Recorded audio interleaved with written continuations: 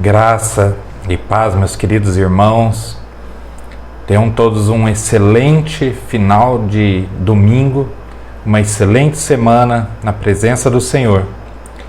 Nós iríamos fazer uma homenagem às mulheres. Eu gostaria de falar sobre um personagem da Bíblia, personagem feminino. Mas, devido a todas as coisas que aconteceram, fez-se mais importante falar sobre esse personagem. Porque esse personagem, ele não diz simplesmente as mulheres. Fala muito às mulheres, fala muito às mães, mas fala muito a nós como cristãos, como nós devemos nos portar perante as provações, perante as tribulações da nossa vida. Eu gostaria de hoje falar sobre Rispa. Vocês conhecem a história de Rispa? Está lá em 2 Samuel, capítulo 3 e no capítulo 21. Antes de mostrar um pouquinho sobre o que aconteceu com Rispa, eu gostaria de contar uma história. Essa história, ela é real. Ela aconteceu, ela está registrada nos registros do Instituto Naval dos Estados Unidos. Aconteceu na Segunda Guerra Mundial. O navio USS Astoria travou o combate com o japonês durante a batalha pela ilha de Savo, antes de qualquer outro navio. Então eles batalharam sozinhos, antes que qualquer outro navio da Armada Americana chegasse. Ele acertou vários disparos em um navio japonês, só que também sofreu muitas avarias e acabou afundando no dia seguinte. Por volta das 2 horas da madrugada, um jovem sinaleiro de 3ª classe, chamado Eugene Staples, ele foi jogado para fora do navio pela explosão da torre de tiro número 1 daquele navio. Ele, com as pernas bastante feridas pelos estilhaços, em estado de choque, ele flutuou graças a um estreito cinto salva-vidas que havia sido acionado por um mecanismo bastante simples que estava na sua cintura. Perto das 6 horas da manhã, Staples foi resgatado por um destroy de passagem, retornou ao Astoria, cujo capitão, tentando salvar o cruzador, encalhou ele. Só que a tentativa falhou. E Staples, ainda usando o mesmo salva-vidas, viu-se novamente na água. Era hora do almoço. Ele foi resgatado mais uma vez, agora pelo USS Presidente Kennedy, ou melhor, Presidente Jackson. Era um dos 500 sobreviventes da batalha da Númeia. A bordo do transporte, Staples começa a abraçar aquele salva-vida com uma gratidão muito grande, porque havia salvado a vida dele por 2 vezes. Ele examinou cada ponto do salva-vida, que lhe havia servido tão bem. Percebeu que ele foi feito pela Firestone Company, de Akron, Ohio, e que possuía um número de registro. Ele recebeu permissão para ir para casa. Chegando em casa, ele contou a história para sua mãe, que trabalhava na Firestone, e perguntou-lhe o propósito da numeração daquele salva-vidas. A mãe dele explicou-lhe que a sua empresa insistia na responsabilidade pessoal pelo esforço de guerra e que o número era único e atribuído apenas a um inspetor. Staples recordava-se muito bem de tudo sobre o salva-vidas e disse para sua mãe o número que estava lá. E houve um momento de silêncio na sala e depois a sua mãe falou: esse era o meu código, eu o imprimi em cada item aprovado sobre a minha responsabilidade. aquela mãe, pelo seu zelo, havia salvo o próprio filho. Amados, todos os demônios do inferno não podem arrebatar o filho de uma mãe que ora. O livro de 2 Samuel, no capítulo 3 e no capítulo 21, fala de um exemplo extraordinário de dedicação como mãe. Chamava-se Rispa. Ela era uma mulher forte e de caráter firme. O nome dela significa pedra quente. Ela era filha de Aiá, cujo nome vem da mesma raiz de intocável. Ela foi mulher do rei Saul, teve com ele 2 filhos, Armone e Mefibosete. Rispa era uma mulher muito corajosa, leal, muito bonita, de modo que sua beleza saltava aos olhos de todos os homens ao seu redor. Provavelmente, por conta de tamanha beleza, ela foi concubina do rei Saul, um homem que tinha poucas mulheres para a época. A Bíblia relata apenas a existência de 2, sua esposa e Rispa. Naquela época, ao dar à luz a um filho homem, a concubina adquiria um status semelhante à da esposa. E Rispa, por sua vez, teve 2 filhos como monarca, Armone e Mefibosete. Mas com a morte do rei Saul, o seu filho da outra mulher, Isbosete, assumiu o trono das 11 tribos, enquanto Davi governava apenas a tribo de Judá. Preocupado com o grande poder adquirido pelo general Abner, Isbosete o acusa de ter se deitado com a sua concubina Rispa.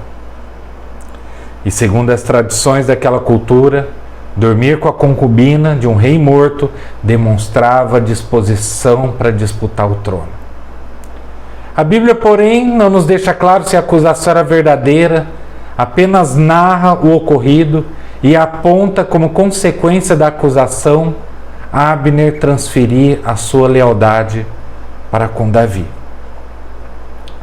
Depois desse pequeno episódio, apesar de não ser apresentada como a responsável pelos acontecimentos, Rispa já dava indícios da sua importância na história do seu povo, uma vez que estava envolvida nos conflitos de grandes homens.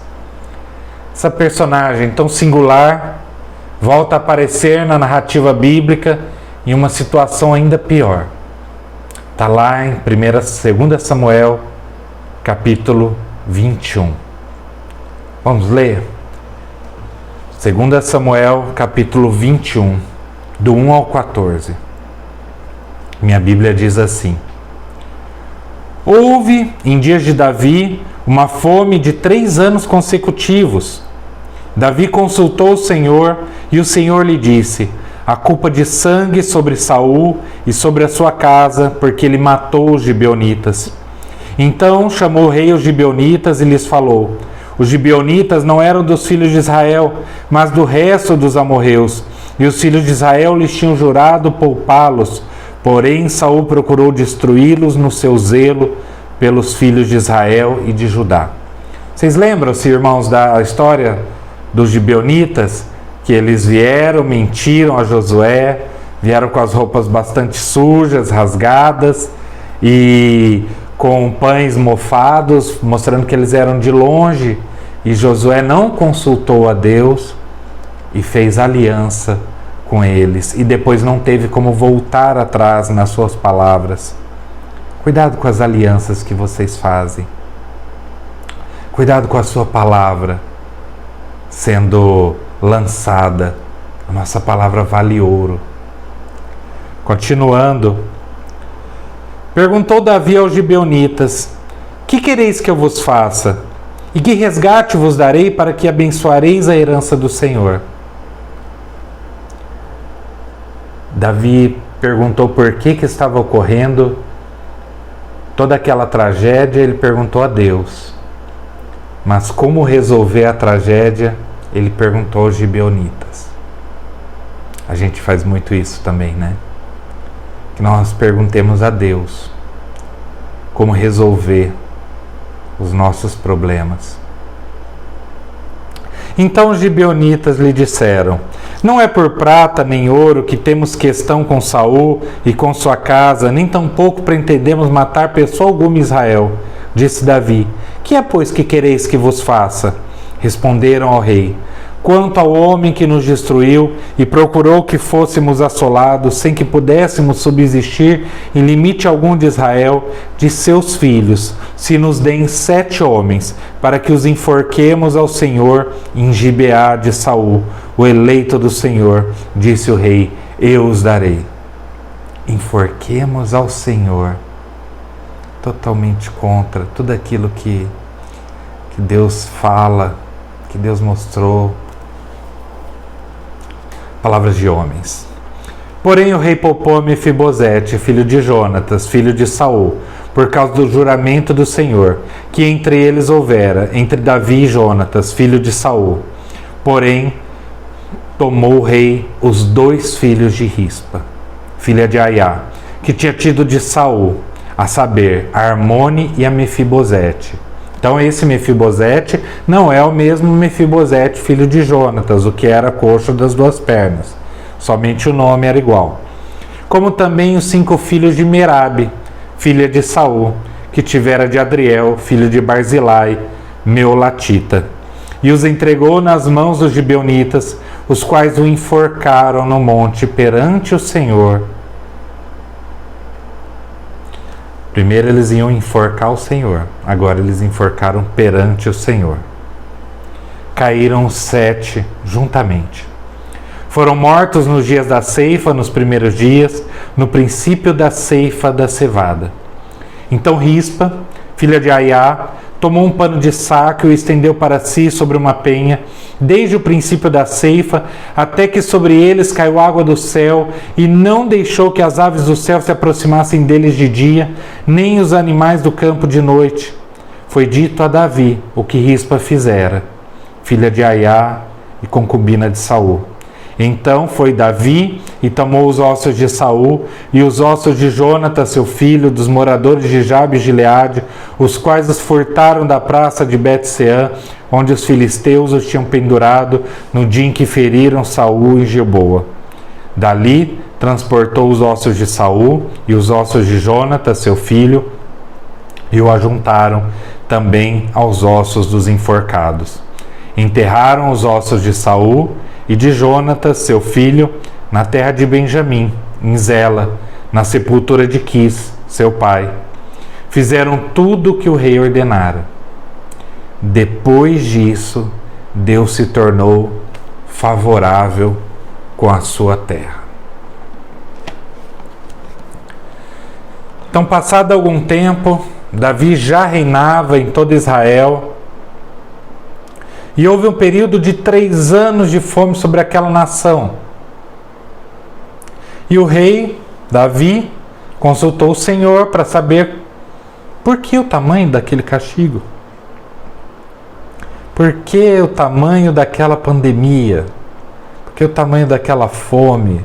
Por que o tamanho daquele deserto sobre Israel, sobre as vidas daqueles servos de Deus?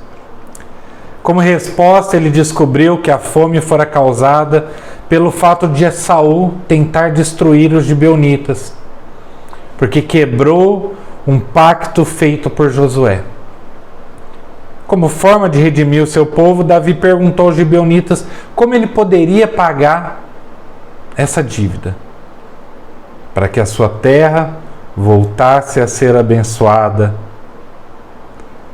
Não era Deus que abençoaria a terra?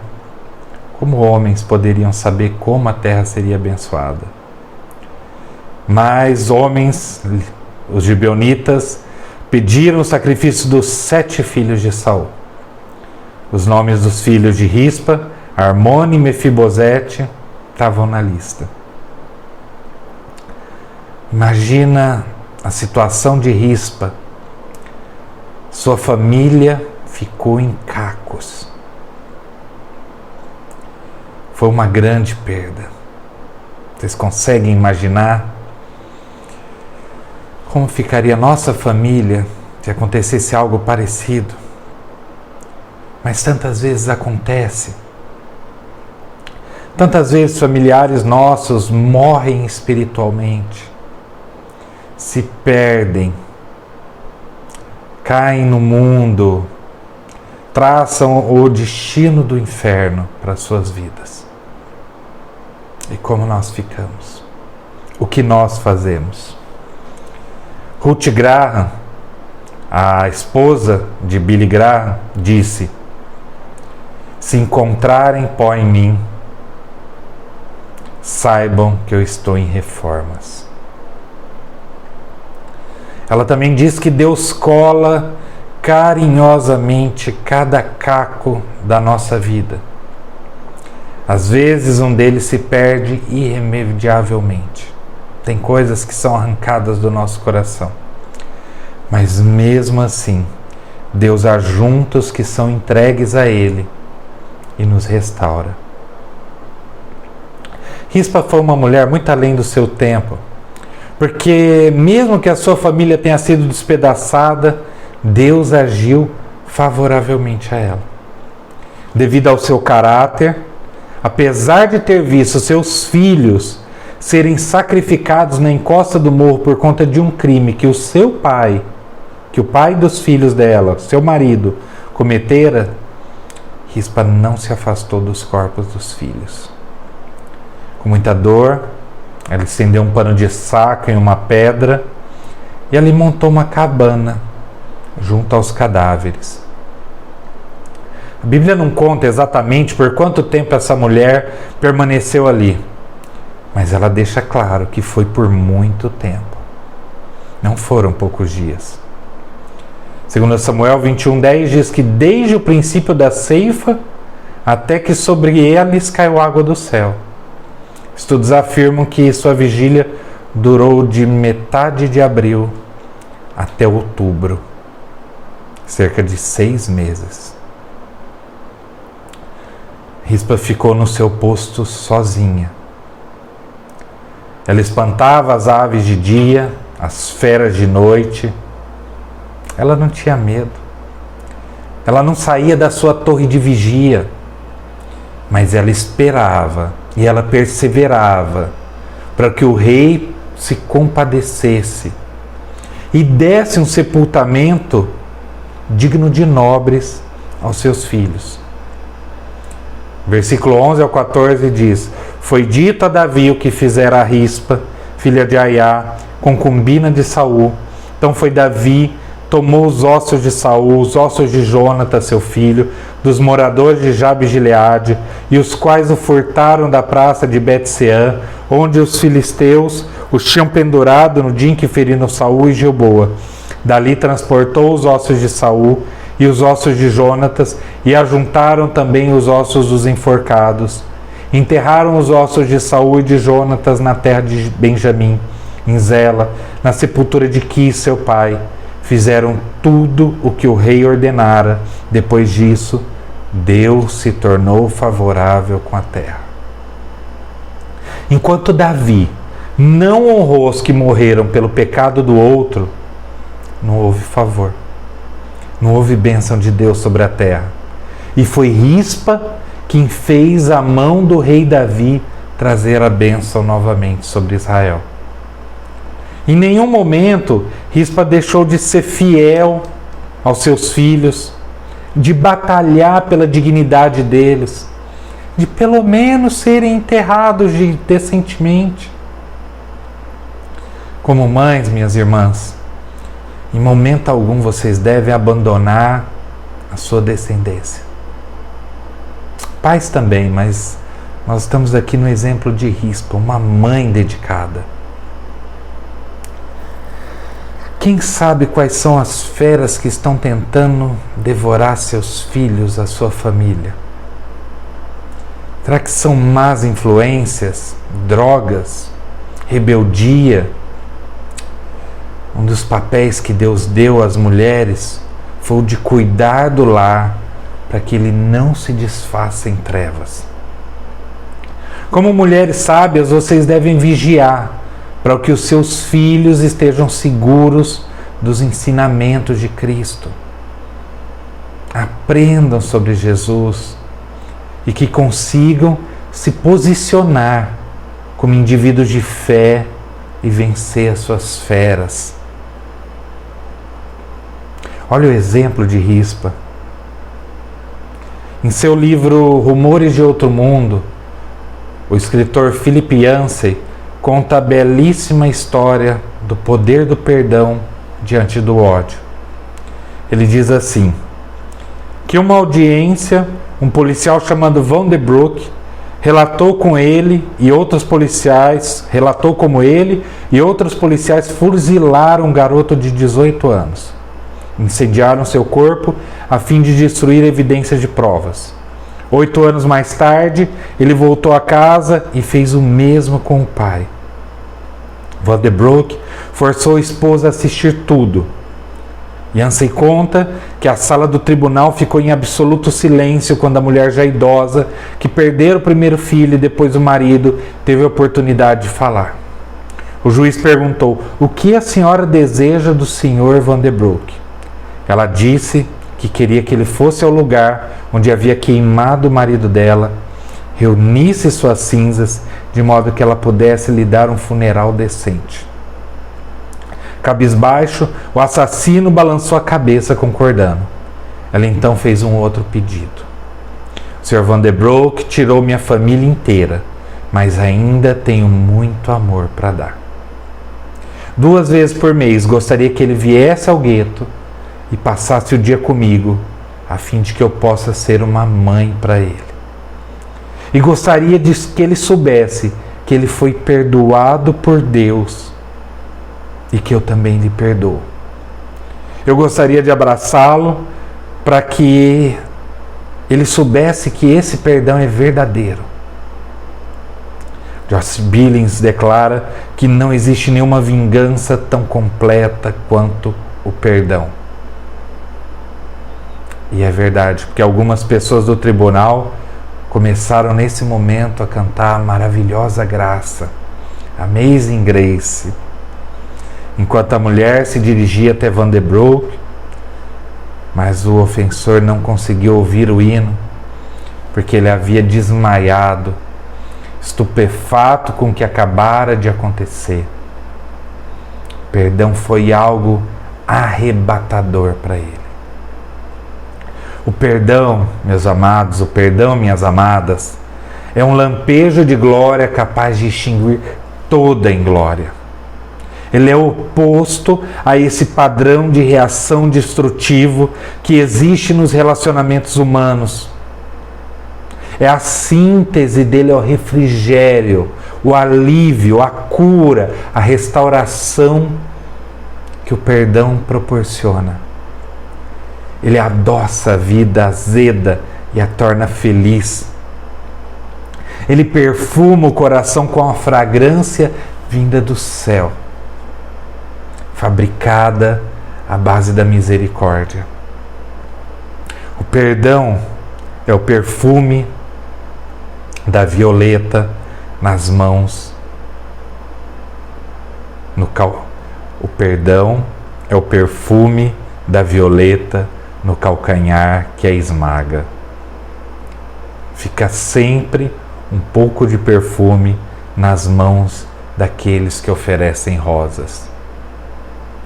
E finalmente, seja como o sândalo que perfuma o machado que o fere. Vamos ver um pouquinho sobre o coração de Rispa.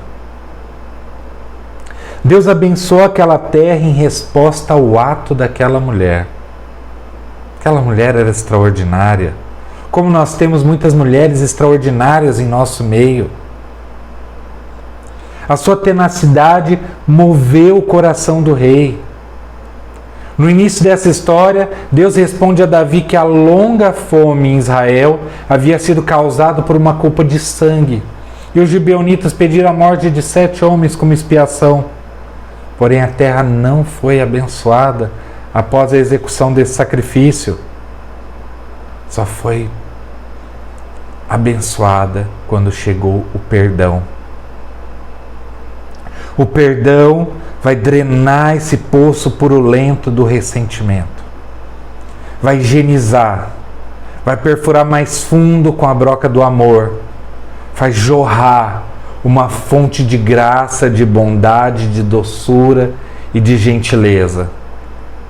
O perdão aquieta as águas agitadas da mente, apacenta a alma com doçura. Jesus disse: se tendes alguma coisa contra alguém, perdoai. Do ponto de vista do cristianismo, meus irmãos, o perdão a ser praticado no dia a dia, ele vai possuir um teor de toque divino e não terreno. É o perdão divino que tenho que praticar em minha vida diária. Ele me convoca a continuar passando por cima de todos os meus argumentos que dizem que o perdão é loucura, ele é doentio e impraticável. Como eu vou perdoar alguém que me feriu? Ele me desafia a passar por cima de toda a minha necessidade de gratidão, toda a minha necessidade de elogios.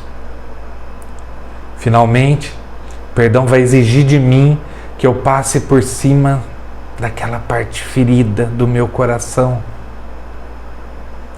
que se sente tão machucada ainda, e maltratada, e ainda deseja ficar no controle e colocar algumas condições entre eu e a pessoa a qual sou solicitado a perdoar. Perdão não é algo natural, é algo celestial. Segundo o livro de 2 Samuel 21, capítulo 14, Deus só se tornou favorável para com a terra após o sepultamento dos ossos, ou seja, não foi a postura do rei que moveu o coração de Deus. Não foi o sacrifício que moveu o coração de Deus, mas a postura de Rispa como uma mulher corajosa, perseverante, submissa e mãe fiel. O ato dessa mulher foi responsável pela união dos povos, até então inimigos, e pela benevolência de Deus para com o povo. A história de Rispa é um exemplo lindo de como os céus respondem ao nosso clamor. Nós temos a tendência de acreditar que, se for para ajudar a cumprir os planos divinos, não há problema em dar uma ajudinha, intervir, manipular ações, manipular situações. Afinal, nós só estaríamos dando uma ajudinha para Deus. Nós estaríamos simplesmente cooperando para que o plano dele se cumprisse de maneira mais rápida em nossa vida. A gente não deve fazer isso. Nós devemos orar, perseverar, persistir em oração. A W. Tozer diz que orar completamente significa continuar orando até Deus responder. E ele estabeleceu algumas regras para que guiassem as suas orações. Entre elas existia uma: ore até orar de verdade. Ore até orar de verdade. A oração apodera do plano de Deus e torna-se um elo entre a sua vontade e a realização dos planos de Deus na terra.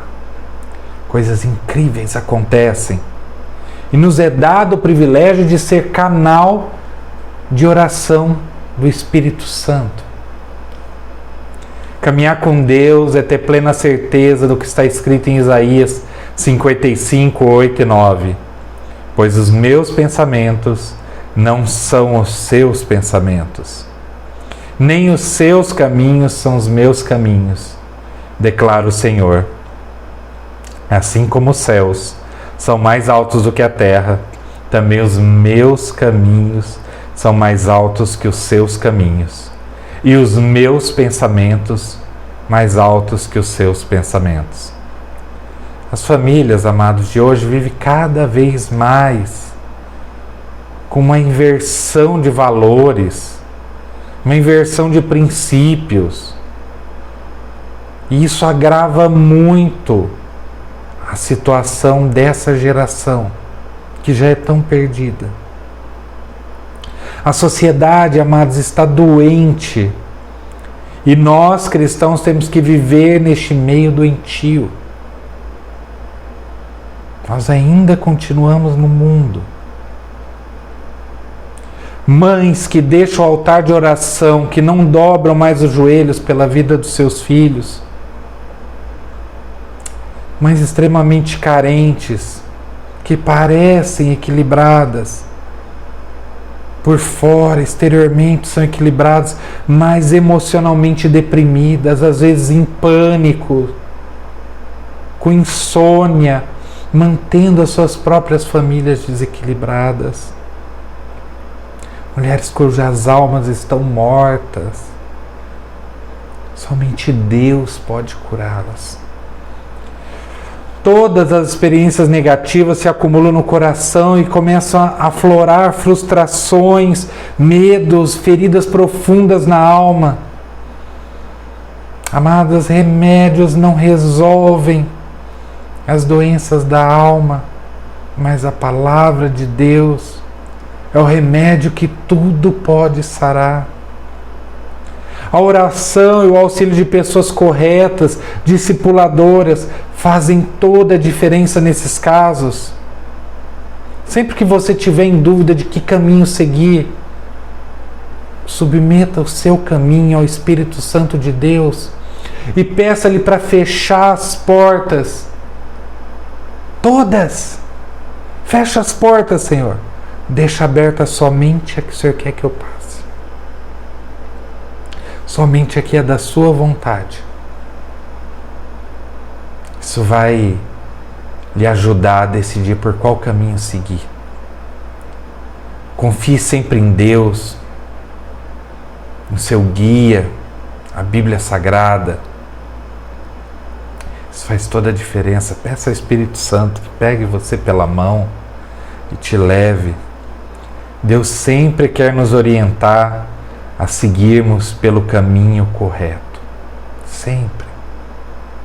Você nunca vai se arrepender de buscar os caminhos de Deus, de buscar a Deus em oração, de ouvir a palavra dEle. Sempre vai ser o caminho correto a seguir. E esse é o fator determinante, a oração. O Dr. Martin Lloyd-Jones, no livro Estudos sobre o Sermão do Monte, livro maravilhoso, escreveu o seguinte: a oração, sem sombra de dúvidas, é a atividade mais sublime da alma humana.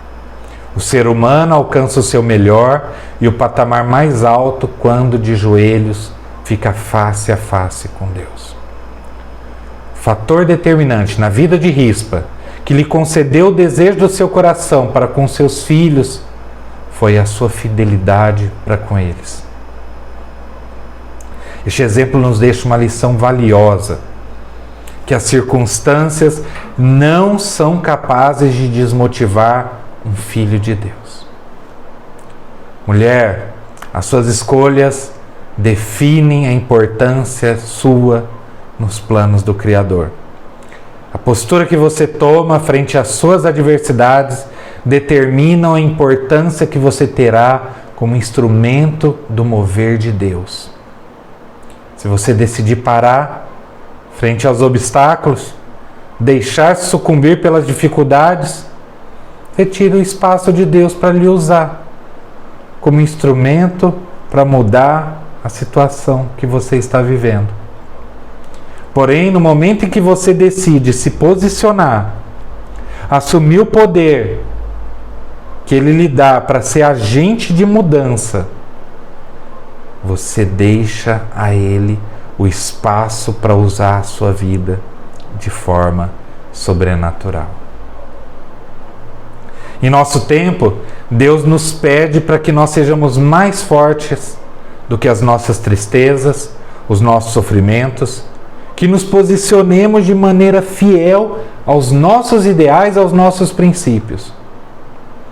Que as mulheres, neste mundo à beira da falência, que todos nós como cristãos, mas principalmente as mulheres, tão agraciadas por Deus, tenham a missão de manter firmes, continuar perseverantes, não deixar que as adversidades da vida, que as circunstâncias contrárias nos tirem do centro da vontade de Deus, pois Ele está disposto a abençoar a sua casa, a sua família e inclusive a nossa nação por meio das nossas vidas.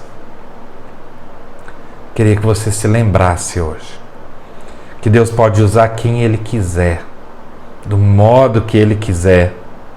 Não importa a situação que você está vivendo, ou quão bagunçada esteja a sua vida aos seus olhos. Rispa era apenas uma concubina, no meio de uma crise sem igual em sua casa. Mas por meio do seu exemplo, Davi foi influenciado e uma nação inteira passou a viver as bênçãos do Senhor. Eu queria terminar contando um exemplo meu mesmo, não meu, mas da minha mãe. Com cerca de 14 anos, eu me desviei dos caminhos do Senhor, abandonei completamente. Me falei até mesmo ateu. Não confiava, não acreditava mais em Deus, só acreditava na ciência do mundo, acreditava ter uma sabedoria profunda. E como que eu ia acreditar num livro escrito há 2000 anos atrás? Minha mãe orou por mim por 15 anos. Por 15 anos. E eu voltei aos caminhos do Senhor.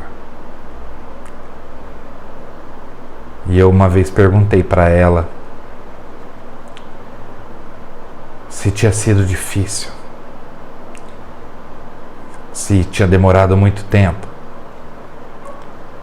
E ela disse que não demorou nada, que a alegria que ela sentia hoje de ter o seu filho de volta nos caminhos do Senhor era como se o tempo não fosse nada. Mães, perseverem, lutem pelos seus filhos em oração. Lutem pela nossa nação. Vamos lutar em oração. Vamos ser perseverantes. Nós somos o povo da Bíblia, o povo de Deus. Nós não vamos esmorecer. Romanos 8,18 diz que a nossa breve e momentânea tribulação não se compara ao peso da glória que está por vir. Deus vai fazer coisas grandiosas através do clamor do seu povo, na sua casa, na sua família e na nossa nação. E nós viveremos uma eternidade junto com o nosso Pai. E Ele vai nos mostrar que esse tempo de provações foi um tempo muito curto. Persevere, continue. Eu queria orar com vocês hoje.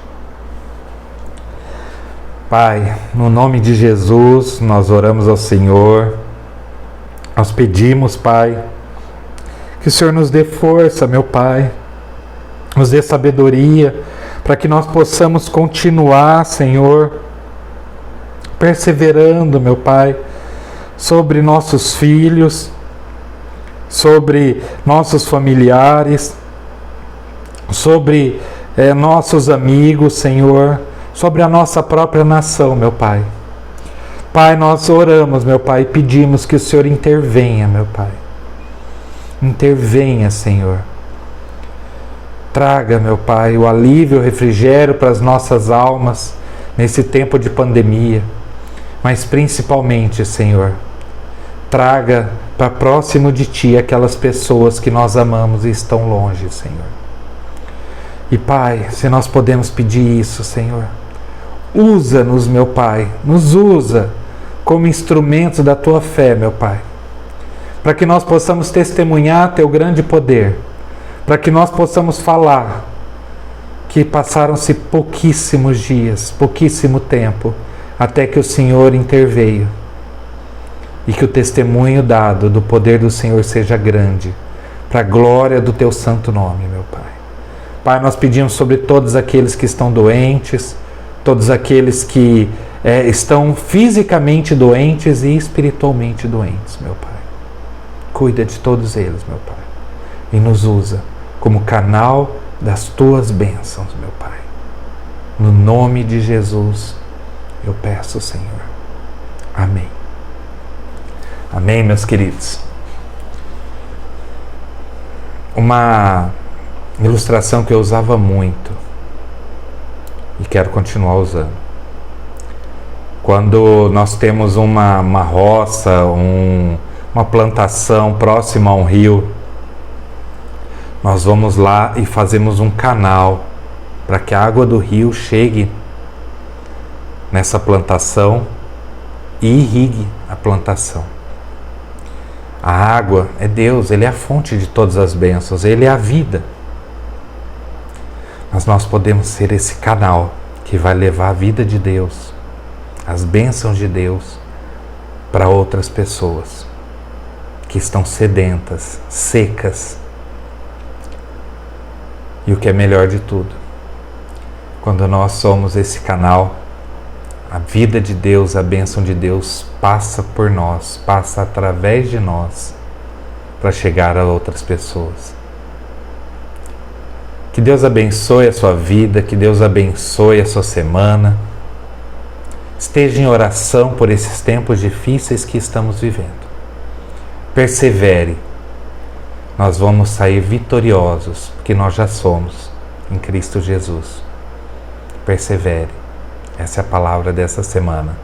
Deus te abençoe, fique com Deus e uma ótima semana na presença do Senhor.